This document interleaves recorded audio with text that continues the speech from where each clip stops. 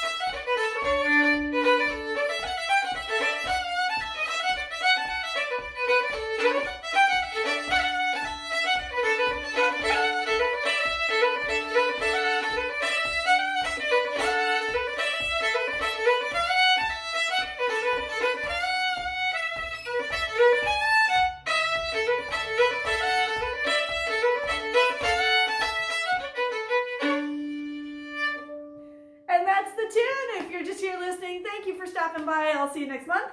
And if you're ready to play, grab your instruments. Let's dive into this delightful little tune. So, we are in the key of D major, 2 sharps, F sharp and C sharp. And this is a 2-part fiddle tune which follows a totally standard form. Part 1, part 2, part 1 will come back, and then there's an ending.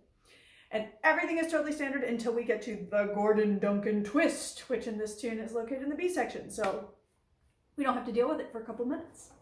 Let's dive into the A section. I'm going to play it slowly, and I'm going to take the ornaments out for the moment just to kind of simplify things and let you hone in right on that melody.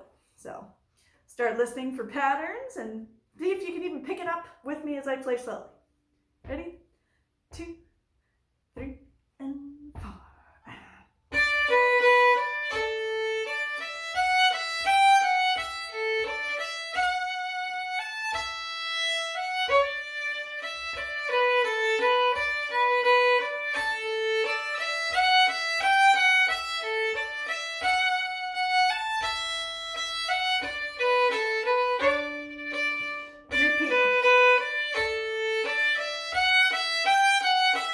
Part 2. Back to part 1.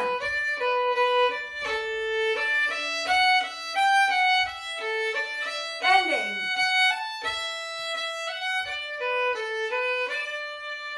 Yeah, and when we play it slowly, it really is that straightforward. You heard it. Part 1. Part 2. Ya-da-dum-ba-da-dum.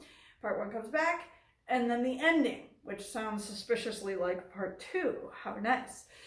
I wonder if you could just rewind the video and play it with me slowly a few times and just pick it up like that.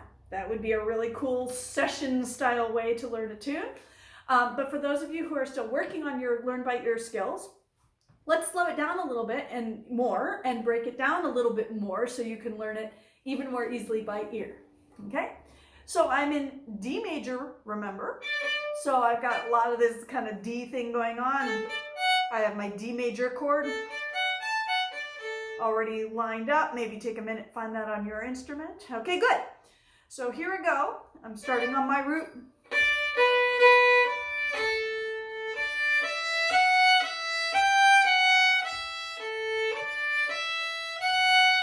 That's part one.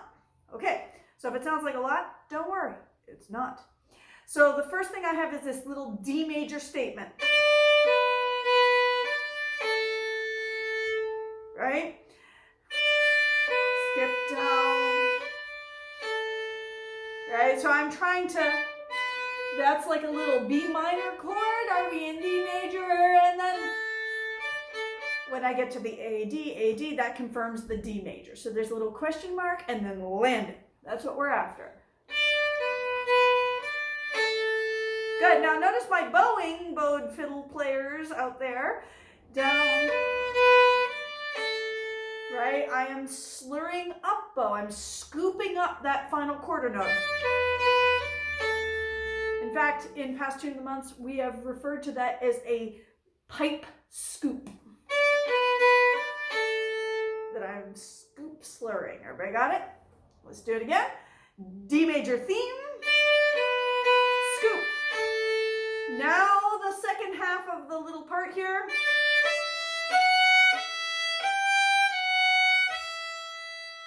Right, I have 2 pickups there. And then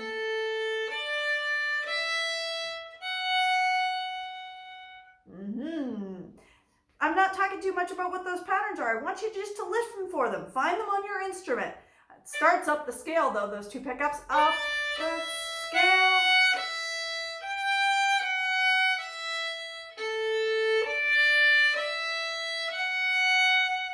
Notice it's mostly separate bows. I want that like really energetic, rustic pipe kind of feel in my bowing.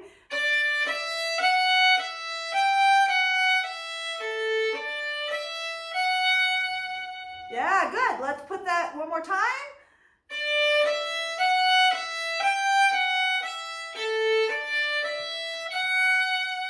Good. And now let's put it with the first part, the D major theme. Ready, and scoop. Pick up.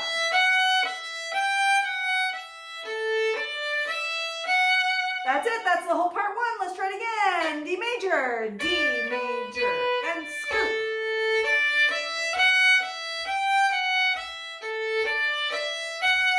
One more time.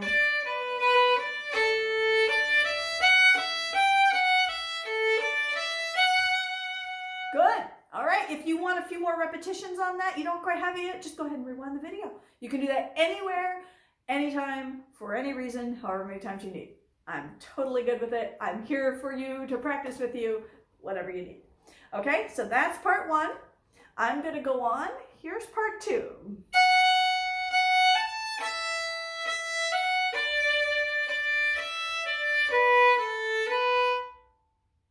That's it. I'll do it again, part 2.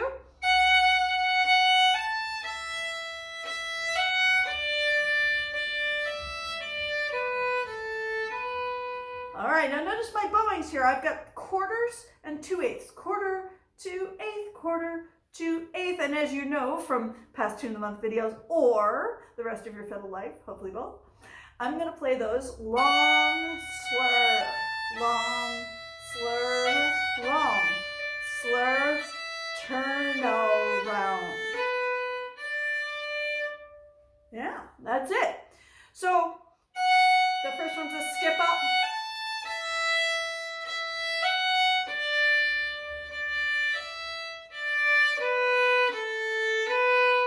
And I'm ready to go down bow for the return to part 1. You got it? Let's try it again, part 2. Really what's happening here, it's going down the scale, right? But it's decorating. So here's my F sharp, decorate, E, decorate, D, right? It's the Piper's hot cross buns. Hot cross buns, hot cross buns, hot crossed buns, turn it right around. Can't unhear that, can you? So on top of each word of hot cross buns, we have a long slur. The first one's a skip, hot, skip up. All the rest are steps. Buns. Turn it right around. And that turnaround is the same notes from the very theme, right? It's very clever composing that he repeats himself without repeating himself. Let's do it again. Part 2. This is the Piper's hot cross buns. Ready? Get your sharp note ready, first finger. Hot, slur, crossed, slur, buns. Turn it right around. One more time. Part 2. Hot, crossed, buns. Turn it right around. All right, now usually I would just go on and show you variations later, but I'm actually going to show you variation right away because it's so simple. This part 2, sometimes we play it, but sometimes we play it, right? We can turn any of these long slur into long, long. Did you see how I did that? It's the exact same pitches, but I don't stop my bow. I don't change my bow. Long, long. Now long, slur. Try that variation with me, the long legato variation. 1, 2, 3, and 1, 3, and long, slur. Try it again, 2, 3, and long, long. Go back to the long slur. Ready, and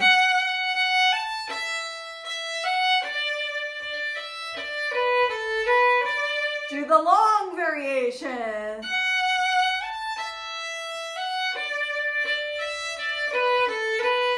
Choose whichever you want. Ready, and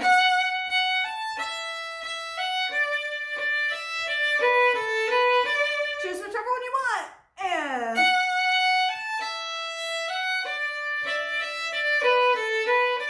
yeah, okay. So when we get to part 2, or the ending, which is the same, it's a choose your own adventure. You get to decide, do you want to do long slur, or do you want to do da da da da da? Totally your choice. The long slur has a little more of this gesture to it, both physically and metaphorically. The sound of it is a little more kind of dancey-do. That's a word. Yes, you hear what I'm talking about, right? Yes. Okay, good. That version has a little more momentum. And then if you do the longer rhythm, that's a dotted quarter, by the way. If you do a longer dotted quarter rhythm, that's a little smoother and more melodic. So it's totally your choice, whichever you want to do.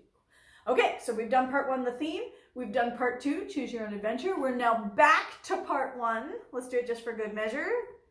Scoop.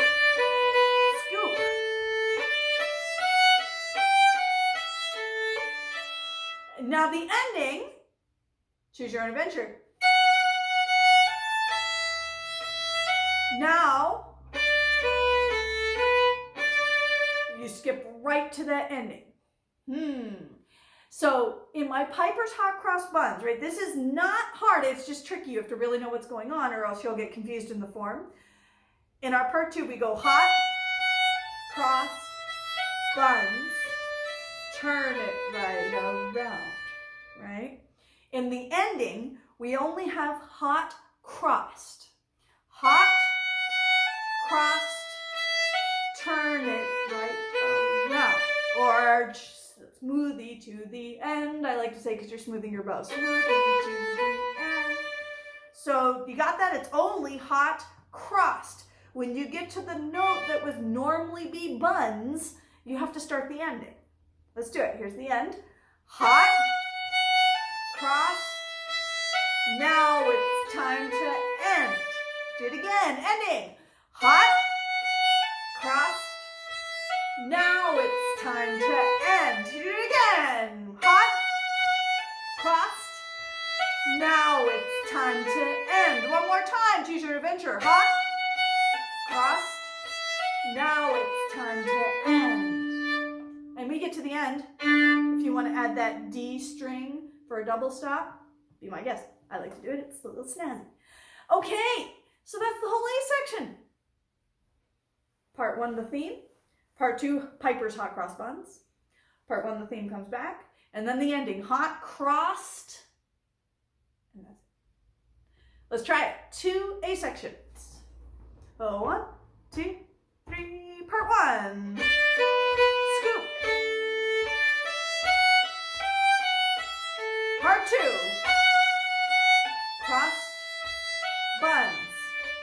Now, part 1.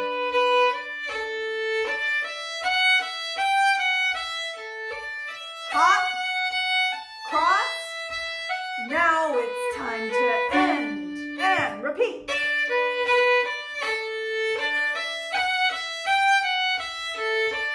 Hot, cross, buns. Back to part 1. Ending, hot, cross, now it's time to end.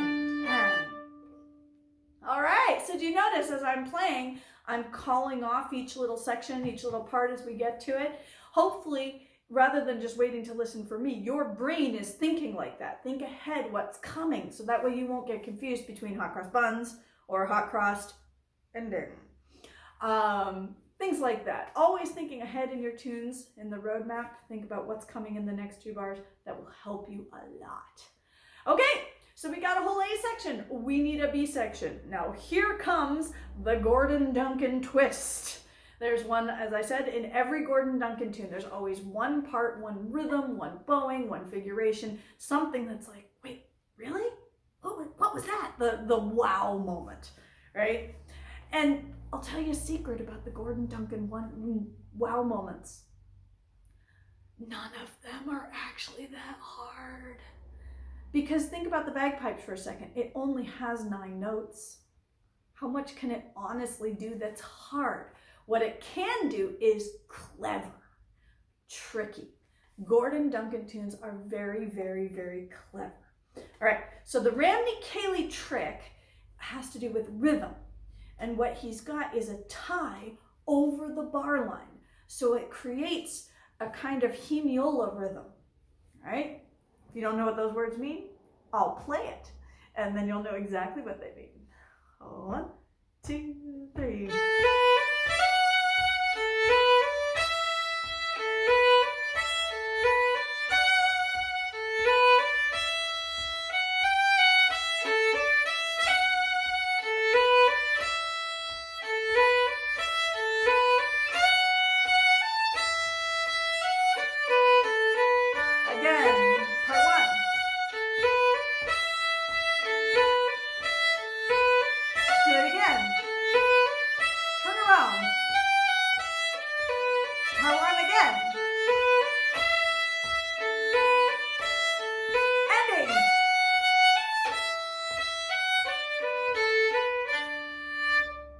So that was 2 B's and I was calling off the sections. Sure hope you recognize that ending from the A section.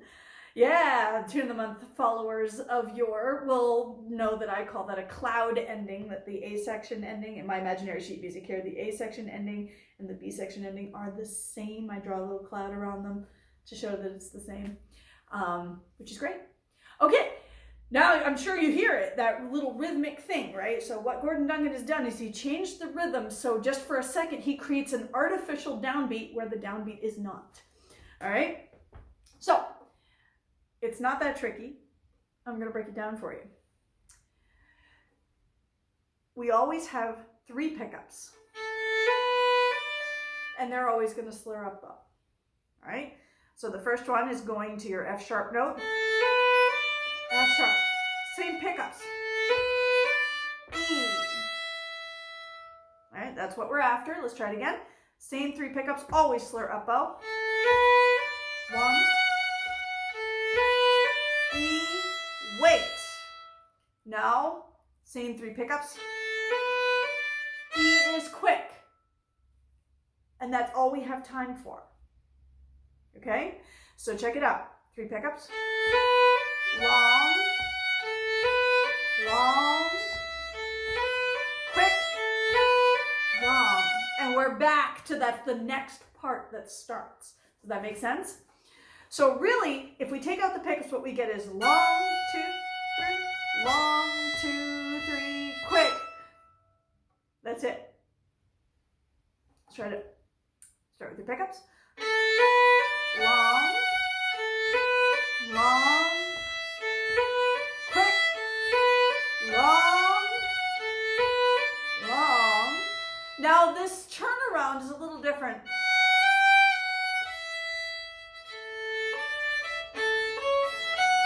Oh, I just have no idea what I did. I tried to play something different and it didn't work. If you try to play anything that's different from the same 3 pickups over and over and over again, you wander off into another tune, which is what just happened to me. It maybe happened to you, which is why I'm probably not going to try to edit this out. It's good to notice that it can happen. And all you got to do is keep coming back to those 3 pickups. Long, long, quick. Now we're in part 2, long, long. Now instead of quick here, we have the turnaround.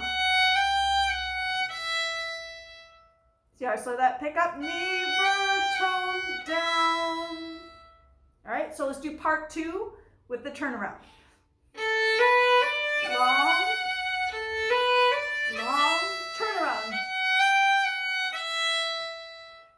And now back to part 1. Long, long, quick. And here's the ending that we already know. Hot, crossed. Now it's time to end. Ready, pickups. Part 1, long, long, quick. Part 2, long, long, turnaround. Back to part 1, long, long, quick, cloud ending, crossed. Now it's time to end. Do it again. Long, long, quick, part 2, long, long, turnaround. Back to part 1, long, long, quick, cloud ending. One more. Part 1, long, long, quick. Part 2, long, long, turnaround. Part 1, long, long, quick, ending. Hot, cross. Now it's time to end. Now notice, unlike past tunes of the month, normal tunes of the month, I did not try and break that section down anymore. I just said, let's do it over and over and over because it is the same 5 notes over and over and over. Da da da da, da da da da. Yeah, 5 notes. Because the 3 pickups are the same. It's the same over and over and over. This is how unbelievably brilliant Mr. Duncan is, that he can take 5 notes and turn it into the coolest B section that you've heard in a long time. If I don't show you the magic trick of how it's so repetitive, and you just listen to my performance at the front of this video, you go, holy cow, what is going on there? It's witchcraft, it's crazy, it's amazing, what's brilliance, it's genius. All of this is true. And it's also just 5 notes. It's such clever composition. This is true of all pipe tunes. Any bagpipe composers working with such a limited instrument, you pipers know, right? You just don't have that many notes, so you got to be very, very, very, very clever with how you use them. And my hat is off to you. Us fiddlers are not quite so, how shall I put it? Not quite so efficient as composers, not quite so brilliant, because we're spoiled with, all these notes we can play, however many things we want to. And it's that limitation, the melodic limitation of the instrument, that makes these tunes so interesting in terms of the figuration. All right? So you just got to play that B section over and over and over and feel it through. Don't think it. Hear it. Feel it. and feel that bowing pattern. So down, 1, 2, 3, down, 1, 2, 3, down, 1, 2, 3, down. If you follow that principle the whole time, it will always work out, right? And if you miss it, no problem. Just start it again at the beginning of the section. Go ahead and rewind this video, play it with me a whole bunch of times, quite a few beats. All right, so that's the whole tune. It's just like a little ditty, isn't it? But of course, we got to pipe it up a little bit. So on past Tune of the Month videos, we have done quite a few different kinds of ornaments. And that's a really important part of bagpipe tunes. So let's do a quick review here of ornaments that we've done before. If any of these are new to you, you can either go check out past Tunes of the Month where we looked at them in detail, or you can just pick it up fast now. Let's use this F sharp because we spend so much time on it. So the general principle of ornaments is if there's a long note, there's time to ornament, right? So I like to play a little game where I figure out how many different ways can I ornament this first finger. So everybody knows, I hope, the hammer-on. Right, a hammer-on is a single grace note from below. It's almost like you're just a little late putting down your finger. So rather than playing,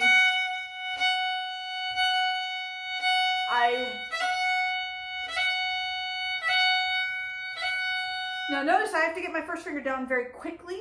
If I linger too long on that E note, it becomes an E note instead of a grace note, right? And if it's too slow getting to the first finger, I hear the open string as part of the melody, and that can be confusing, right? I want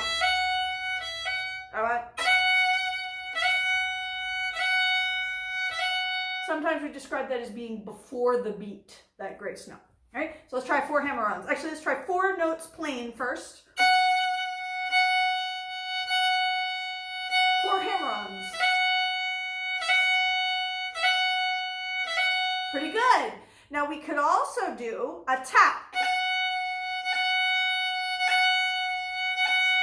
Tap is sometimes also called a flap. The Irish call it a flick. I prefer the Scottish nomenclature, tap, because it's describing exactly what I'm doing. I'm taking this as my melody note, and I'm just going to tap the string with any available free finger.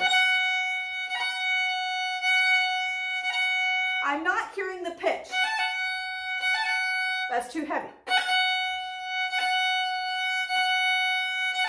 I'm just tapping the string and coming away. Boom, it's a percussive ornament.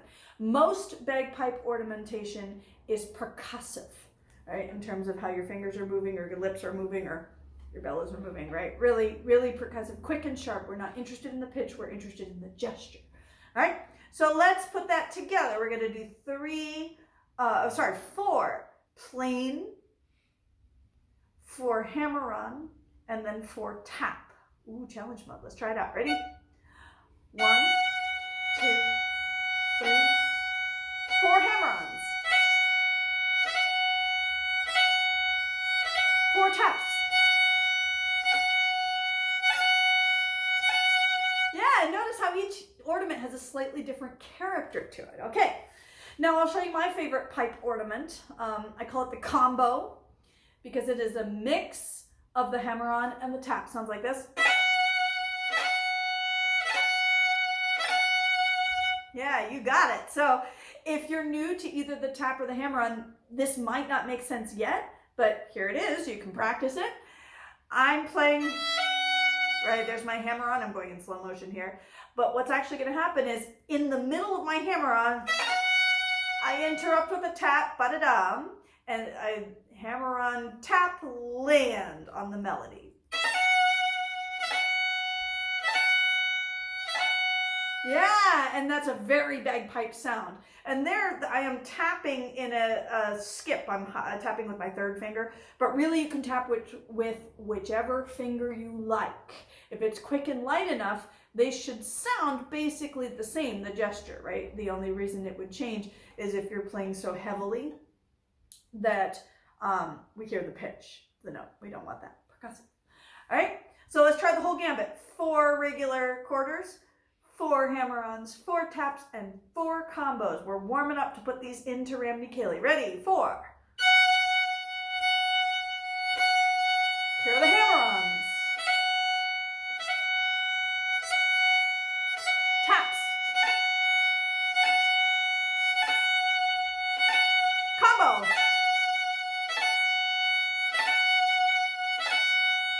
Yeah, pretty good. So let's take the B section for a second. And anytime you land on that first finger, use one of those ornaments. And it is your choice what you use. Choose your own adventure. You can hammer on, you can tap, you can combo. You could also do something different. You could use a thrown roll, right? Actually, I don't use a thrown roll there because it's awkward with the open string, but maybe you do.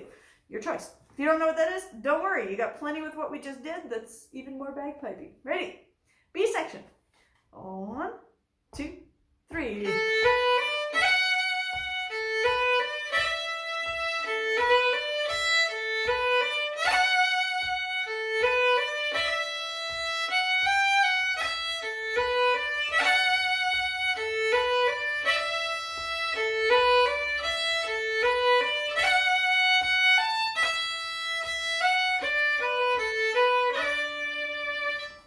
Did you find places to put it in? Did you hear where I was putting in? We didn't even talk about the ending. Check it out. I like to use taps on the ending.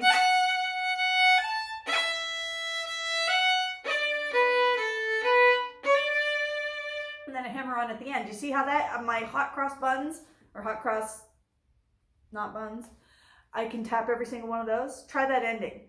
Tap, hot, tap, cross, tap, bun. And then hammer on at the end is my choice, but you can choose whatever you like. It's your ornaments. Try it again. Ornament something on hot, crossed, now. It's time to end. You should be able to get 4 ornaments in on that ending. Ready? 2, 3, and hot, crossed, now it's time to end. Do it again. 2, 3, and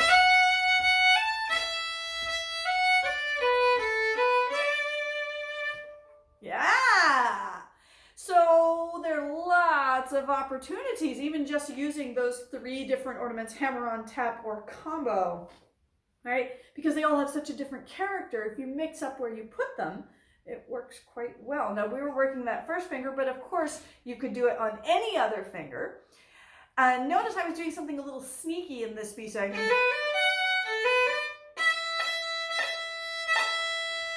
When I have that open E string, well, if I have an open string, I can't really use a hammer on technically. I would need to tap, right?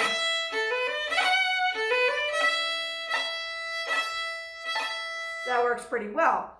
But I actually can cheat and get a hammer on, can't I? If I use my 4th finger. Now, I'm cheating by using my 4th finger and my open string together. We use a hammer on 3rd finger to 4th finger along with an open string, right? It's called a smear. I don't like that sound, the sound of that word. Obviously you can tell by my face because I don't want to smear my sound. It's just a hammer on and you happen to be playing a drone string at the same time. So I'd think about it more like that. Let's do 2 more B sections.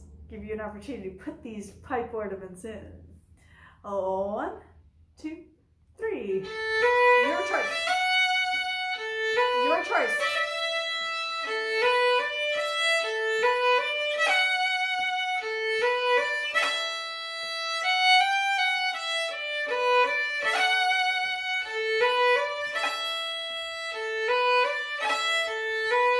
Hot, crossed.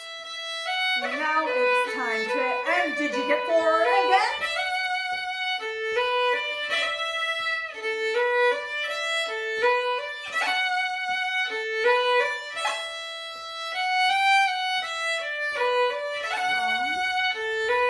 Long. Okay. Get 4. Hot, crossed. Now it's time to end. All right, so that's a great way to start putting in these pipe ornaments. Did you notice how much more bagpipey it starts to sound immediately?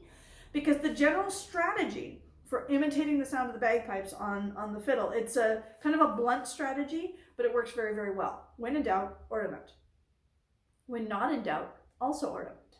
See how many ornaments can you get in. That's why we're playing with that ending to say, hey, just in the ending, can you get 4 ornaments in? 4. Can you get 4 in? Hey, could you get 5 in? Right? 5 might not hold up when you start to go a little faster, because obviously the more the tempo moves, the less time your hand has to put in these ornaments. And the general principle is that they should all be quick and light, right? So they don't disrupt the rhythm of the tune or weigh it down at all. They're quick and light and percussive. But see how many you can put in. The more you get in, the more bagpipey it sounds. I wish that really is the long and the short of the story. It sounds super, super crude, but when I'm like, oh, it's time to imitate the bagpipes, that's the first thing I do. It's also the last thing I do, right? In between, you can also think about how you're playing your sound, right? If you use a little more contact, we've done this in past Tune of the Months, past pipe marches we've done. So you can go back and check that out for how I think about imitating the sound of the bagpipes, leaning a little more on my index finger to get kind of a flatter, more consistent sound, a little less airy, a little more reedy, right? But it starts and ends with the ornaments. So hopefully that gives you lots to play with. We just broke down the B section with the ornaments. Notice I have left the A section for you to ornament. If you would like inspiration, just go back to my performance at the beginning of this video and steal anything you like from what I did. I'm sure I have no idea what I did, because what I actually did was say, well, I have hammer-ons and taps and combos, and I can switch them around however I want. And I also have my 2 rhythmic versions for the hot cross buns place, part 2 at the ending. And I just switch around between those things, and it sounds like I'm improvising, but I'm not. This is a great way to make variation in pipe tunes. So I've left it for you to play around with, and hopefully you won't just play around with the A section of this tune. You will also take these skills and apply them to other pipe tunes in your repertoire, or other tunes that may not necessarily be pipe tunes, but you might challenge yourself to see how bagpipey can you make it sound using the same ornaments. So there's lots to play with.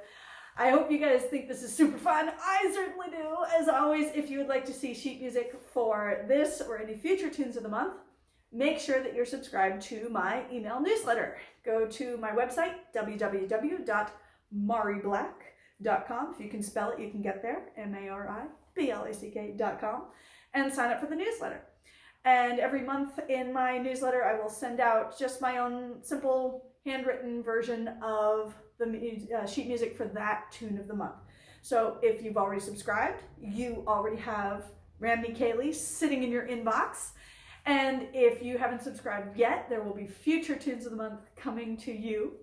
And yeah, I hope you have fun with these ideas. I will look forward to seeing you back here for next month and more tunes. Yay! Have fun, everybody!